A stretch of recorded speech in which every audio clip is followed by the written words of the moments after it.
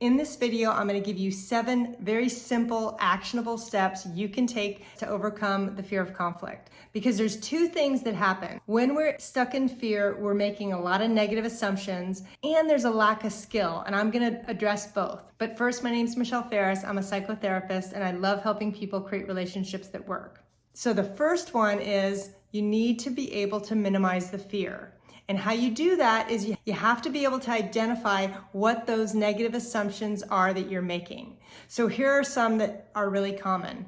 My partner is going to be mad at me, or I'm going to blow it, or this is going to turn into a huge fight. When we tell ourselves those kinds of things, of course we're not going to want to participate in a conversation like that, right? But it's those negative assumptions I want you to identify. Because let's face it, your partner is probably already upset at you for not participating in the conflict. They probably don't feel cared about. They're taking it personally. So you've already lived through one of those fears. So what I really want you to do is I want you to come up with a mantra, come up with a saying like, this is going to be okay. I can handle this.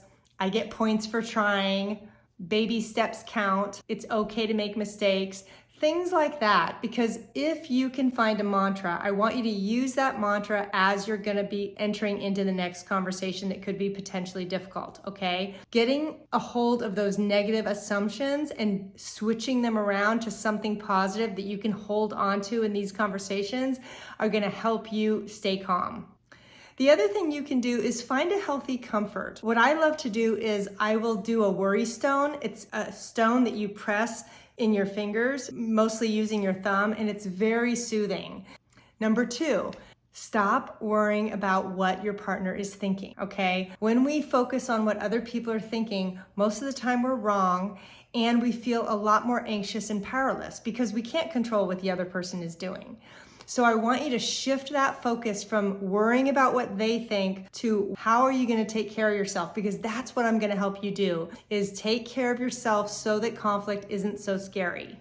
So your new focus is going to be learning these baby steps, because when you learn these skills, you're going to feel more confident and it's going to be much easier to handle a difficult conversation. Number 3, I want you to think about what you need in order to feel safe, because there's a reason you feel afraid. Sometimes people need more distance, or you might need to negotiate a better time of day or a heads up. So maybe if your partner is wanting to talk about something difficult, you can say, hey, can you give me at least an hour? Because that's going to help you prepare. Because if one of the fears is you don't like it being a surprise, then you can absolutely ask for that.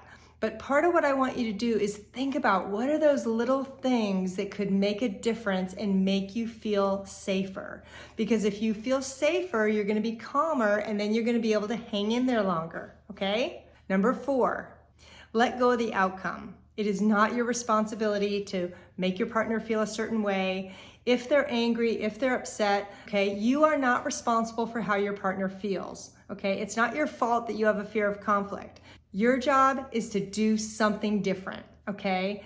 It's not your job to predict the outcome. It's not your job to make your partner feel better, okay? It's not your job to even resolve the issue. It's your job to learn these skills and practice them and little by little see growth, okay? Because if we can have some realistic expectations of what we're doing, it's a lot easier to achieve. So just let yourself off the hook. You are not responsible for the outcome here. So number 5, show that you're interested. This is a big one because a lot of times our partner assumes that we don't care because we're not participating in the conversations that are really important. Some easy ways to do that is make eye contact, ask a few questions, validate something that you hear that you can agree with. Because if you can show some interest by asking questions and being a little bit more engaged in the conversation, you're going to get points for that. They're going to notice and they're going to be really pleased. If you can show interest, that's going to really go a long way with your partner. Number 6, share your fear. This one can be really connecting because often we don't want to share our fear. We're embarrassed. We feel like, my partner is going to be mad at me anyway. But if you come at them and say, you know what, this is really hard for me and this is why. This has nothing to do with you. This is just part of my history. A lot of times when we share our vulnerabilities with our partner, it helps them feel more connected to us. it's actually not going to be seen as a negative. It's actually going to be seen as a positive. So you want to do this in a way that's open and comfortable for you. So number 7 is acknowledge your efforts. This takes a lot of courage to confront our fears. And part of where we get sidetracked is we beat ourselves up, and that never helps. So what I want you to do is I want you to acknowledge the effort that you're putting out, because some of you have already tried things.